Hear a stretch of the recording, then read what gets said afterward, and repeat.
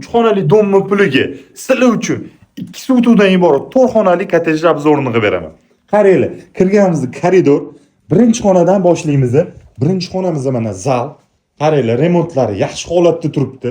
Egalariga pul zarur bo'lganiga sochning sotuvga chiqdi. Kech bo'lsa ham shomkaga keldik. Mana bu ikkinchi xonasi, ko'ryapsizlarmi? Hozir uchinchi xonasini ko'rsataman. Частичный mebel texnikalari qoladi. Mana ham uchinchi xonasi. Yoqda oyna qoldirilgan ozgina kichkinagina orqa hovlisi bor. Havo almashinuvi uchun. Mana bitta общий sanuzel. 4-xonasi yopiq ekan, syomka qila olmadik. Ana endi hovliga tushamiz. Qaranglar.